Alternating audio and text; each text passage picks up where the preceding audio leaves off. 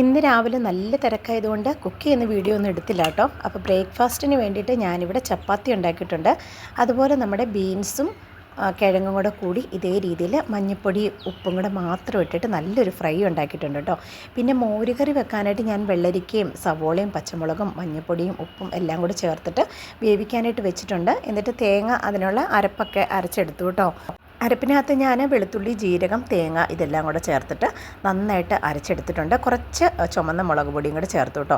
അപ്പോൾ നമ്മുടെ തൈരൊക്കെ ഹോം മെയ്ഡാണേ. അപ്പോൾ അതും കൂടെ മിക്സ് ചെയ്തിട്ട് ഞാൻ മോരുകറി ആക്കിയിട്ടുണ്ട്. ഇന്നത്തെ ഒരു ക്ലൈമറ്റ് എന്ന് പറയുന്നത് കണ്ടോ, മാവൊക്കെ നിറച്ച് പൂത്ത് നിൽക്കുവാണേ, എന്നാൽ നല്ല മഴക്കാറുണ്ട് കേട്ടോ. അപ്പോൾ അങ്ങനെ ഇരുന്നപ്പോഴാണ് എൻ്റെ കണ്ണിന് കഴിഞ്ഞ ദിവസം ഞാൻ ഒരു വീക്ക് ഉണ്ടായെന്നൊക്കെ പറഞ്ഞില്ലേ, അതൊക്കെ ഇപ്പോൾ ഏകദേശം ഓക്കെ വരുന്നുണ്ട്. കണ്ണിന് മരുന്നൊക്കെ ഒഴിക്കുന്നുണ്ട് കേട്ടോ. പിന്നെ നമ്മുടെ കിച്ചണകത്ത് കണ്ടോ ഭയങ്കര കാടായിട്ട് തന്നെ വളർന്നു വന്നുകൊണ്ടിരിക്കുകയാണ്. എന്തായാലും നല്ല രസമുണ്ട് കാണാനായിട്ട്.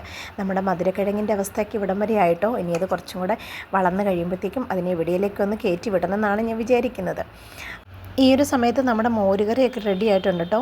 ഞാനപ്പോൾ അതൊന്ന് കടുകൊക്കെ താളിച്ചെടുത്തിട്ടുണ്ടേ. ഇത് കണ്ടോ, നല്ല കുറുകുറാന്നിരിക്കുന്ന മോരുകറിയാണ് എനിക്കിഷ്ടം. അപ്പോൾ ഞാനിത് കൂടുതൽ ലൂസാക്കാറില്ല കേട്ടോ. ഈ ഒരു പരുവത്തിലാണ് ഇവിടെ മോരുകറി ഉണ്ടാക്കുന്നത്. അപ്പോൾ അങ്ങനെ ഇന്ന് ഉച്ചക്കത്തേക്കുള്ള മോരുകറിയും ഇവിടെ റെഡി ആയിട്ടുണ്ട്. അപ്പോൾ ഇത്രയേ ഉള്ളൂ. അടുത്ത വീഡിയോ കാണാം. ബൈ.